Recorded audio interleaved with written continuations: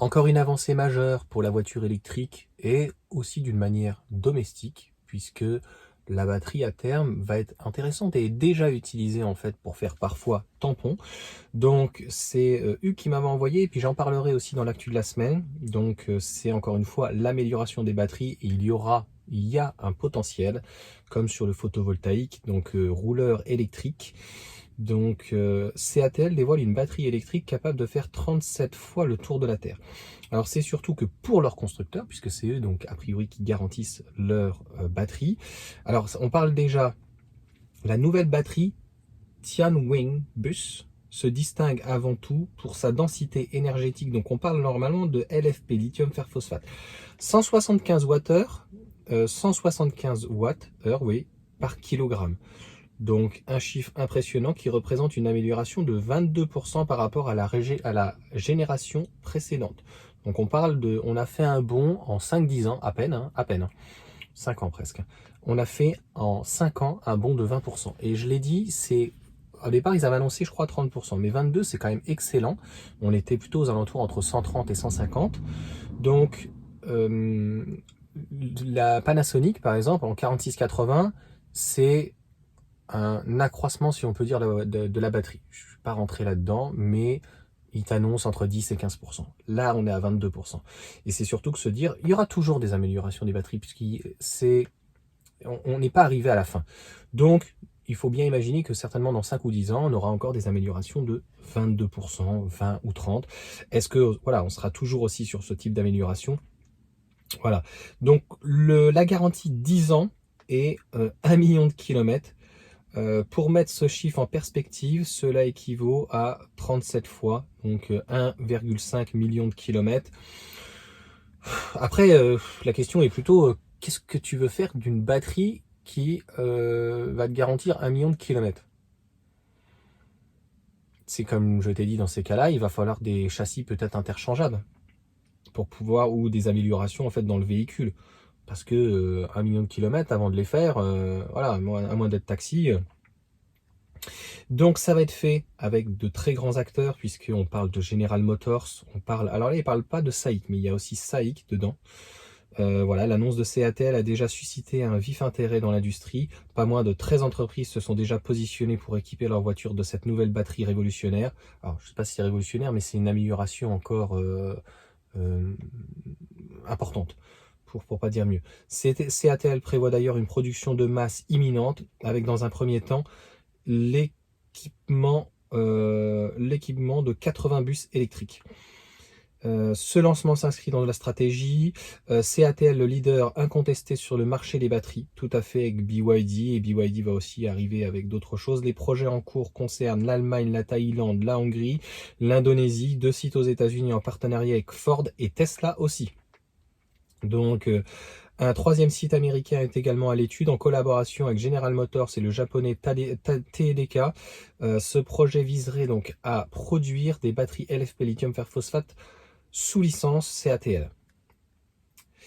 Voilà, donc reste à voir comment les concurrentes de CATL réagiront face à une avancée technologique majeure. Ben, normalement, il y a la 2.0, donc des batteries Blade, qui sont vraiment très intéressantes. Donc je te mettrai les informations si je peux, donc logiquement à côté. Et puis comme je l'ai déjà expliqué, donc sur une voiture électrique, c'est la densité qui est importante, même plus forcément la charge. Mais la charge va venir avec la densité. En tout cas, la densité va apporter plus de charge. Donc une densité de là 22%, eh bien 2 choses, comme je l'ai expliqué, donc CATL avec Tesla aussi, mais d'autres, c'est soit le pack qui va s'alléger, qui va être plus petit. Donc, mettons, tu as 400 kg, bah, logiquement, tu auras à peu près, ce sera pas tout à fait comme ça, 20% de moins. Donc, au moins 50 kg sur le pack, logiquement. Ou la possibilité, donc, de pouvoir accroître l'autonomie. Donc, faut imaginer une petite IC3 où ils travaillent avec eux aussi, SAIC, donc sur la MG4, la 51 kWh qui est limitée par sa taille, puisque la LFP n'est pas capable de proposer plus de 51 kWh. Par contre, en NMC, elle est capable de proposer 64 de mémoire et 77.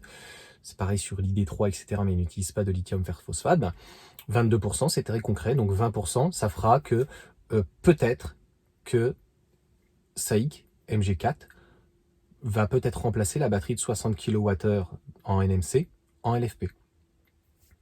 Logiquement, puisque meilleure densité, plus donc de capacité, donc logiquement 51 fois 22, enfin 22% en plus, ça ferait une batterie de 60-62 kWh. Et donc, qu'est-ce que ça va apporter? Entre guillemets, si on peut dire, une meilleure donc, stabilité par rapport à un pack en LFP. Le fait qu'on n'utilise plus de nickel, manganèse, cobalt.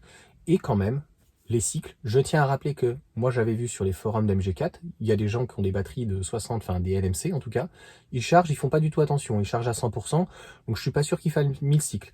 Donc, même si on nous dit on fera pas 6000 cycles, en toute honnêteté, si tu fais 2000 cycles, même en chargeant tous les jours à 100%, eh bien ça fait quand même 2000 cycles. C'est toujours mieux que 1000 cycles. Donc même 300 km, ça fera 600 000 km. Mais on n'en est pas là. Je pense qu'encore une fois, la LFP nous réserve de très belles surprises, plus que la NMC, hein, le lithium-ion. Les gens commencent à la connaître sur les Zoé, sur les Porsche, sur les marques LG, même de toute façon sur d'autres produits qui ne sont pas des voitures électriques. On sait comment ça fonctionne sur des téléphones ou quoi. Donc après, la question qu'on peut se poser, ça on l'a pas. On le voit sur les téléphones. Dès qu'on dépasse les cycles, moi je vois mon téléphone, je crois que je suis à 1500 cycles sur l'iPhone 7. Il fonctionne toujours, il a un abaissement, il n'a pas l'air d'avoir une baisse de production, en tout cas de vitesse du processeur. Est-ce que la puissance, la tension, pour avoir un impact? J'ai pas l'impression, c'est plutôt donc assez stable. Le problème, c'est, pour l'essentiel, l'autonomie qui va chuter donc drastiquement. Donc, encore une fois, une excellente nouvelle. Et je pense que ce type de batterie LFP avec une amélioration de 22% va apporter en fait l'émergence de certainement batteries grande autonomie. On va voir de la LFP, on voit des batteries LFP, les premiers à le faire, c'était bien sûr toujours les Chinois, mais il y avait aussi le Fisker Océan qui avait une batterie de 75 kWh. Après, il y a celle avec de l'or, hein, les Zeekr là, qui font 100 kWh, mais on a rarement vu des batteries de plus de 75. On a vu la NMC en 80, 90, même du 100.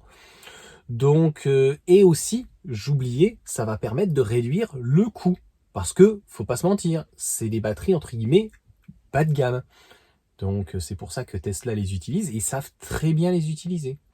Avec à la base des inconvénients, on va dire au niveau donc du BMS, donc hybride, malheureusement, parce que la batterie donc supporte pas très bien le froid, mais elle supporte mieux quand même le chaud par rapport à une batterie LMC. Et puis les charges qui étaient, je dis bien qui étaient moyennes, parce qu'on voit bien que une batterie LFP BYD dans un pack, en tout cas structurel du modèle Y, fait tout aussi bien, presque, que la batterie LG en NMC. Le palier est juste complètement fou. Donc on verra s'il y aura ainsi des améliorations donc sur la charge, parce que CATL, j'ai une batterie CATL. C'est un peu moins bien, elle se comporte en fait comme une batterie, on va dire, classique. Donc les BYD de chez BYD font comme ça, je sais pas pourquoi. La BYD chez Tesla, le modèle Y à Berlin, elle fait plutôt comme ça. Et moi, ma CATL, en dessous de 30%, 40%, elle va monter, elle peut prendre entre 150 et 170. Elle descend assez rapidement à 120, 130. Donc elle a tendance à avoir un comportement comme les LG, grande autonomie et autres, etc. Et elle va se stabiliser d'une manière moyenne à 80. Bon, c'est bien moins pire que, entre guillemets, certaines poches de chez Renault qui descendent jusqu'à 40. Mais c'est un peu moins bien que les grandes autonomies, là pour le coup LMC, LG, qui sont plutôt aux alentours des 120, donc jusqu'à 80, 90, et puis après ça ralentit. Hein. Tout le monde ralentit à un moment donné, il faut se calmer, c'est tout à fait normal, hein. On n'arrive pas à 100% avec autant de puissance. Voilà, c'est comme si tu mettais de la pression dans un contenant. Donc à la fin de la pression, ben j'imagine ce que ça peut faire. Voilà pour cette petite vidéo, et c'est encore une fois très énonciateur.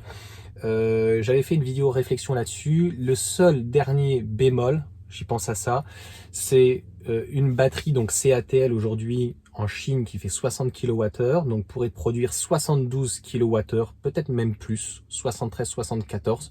Donc ça veut dire qu'elle pourrait remplacer le pack grande autonomie. Par contre, je n'ai pas la réponse, si quelqu'un l'a. Elle pourra remplacer très certainement une grande autonomie en propulsion, puisque ça posera pas de problème, mais est-ce qu'elle tirera comme la NMC 5 secondes 9 et la totalité, je crois, des 340 chevaux? Je ne suis pas sûr. Et du kilowatt, je sais plus c'est combien, c'est 170, 270, un truc comme ça, ou 250. Donc je suis pas sûr que, voilà, il y aura peut-être un problème de tension, de densité. Et est-ce que, mais ça les Chinois savent le faire, donc logiquement ça doit passer. Est-ce que donc une LFP peut se retrouver donc dans un châssis 4 roues motrices, donc avec un moteur à l'avant, à l'arrière, ou peut-être 2 moteurs à l'avant ou 2 moteurs à l'arrière et un à l'avant, à l'arrière. Voilà, 3 par exemple. Donc je sais que chez Xpeng, normalement, non, j'ai un doute aussi. Là, j'ai un doute. Dites-moi si il existe déjà une 4 roues motrices, donc ça veut dire avec 2 moteurs, un à l'avant, un à l'arrière, et qui dispose de batterie LFP. Peut-être chez Zeekr, mais alors avec l'intégration, entre guillemets, la Golden Brick, donc avec de l'or ou quoi. Mais une lithium fer phosphate classique, que ça soit essentiellement qui sont les acteurs majeurs. Pour le moment, on voit personne ailleurs, peut-être ACC, je crois, par la suite, mais donc CATL et BYD, ils ont pris tellement d'avance sur cette technologie, ça va devenir très très compliqué. Et en fait, ce genre de technologie, encore une fois, est extrêmement abondante. La prochaine réflexion, c'est le sodium peut-être fer phosphate qui va peut-être tout révolutionner, mais sur la batterie, je trouve que, enfin, moi c'est mon avis, on est vraiment en très bonne voie. Sur ce, bonne journée, bonne soirée à tous. Vidéo pour moi qui est extrêmement, c'est passionnant et ça va dans le bon sens en tout cas. Allez, ciao.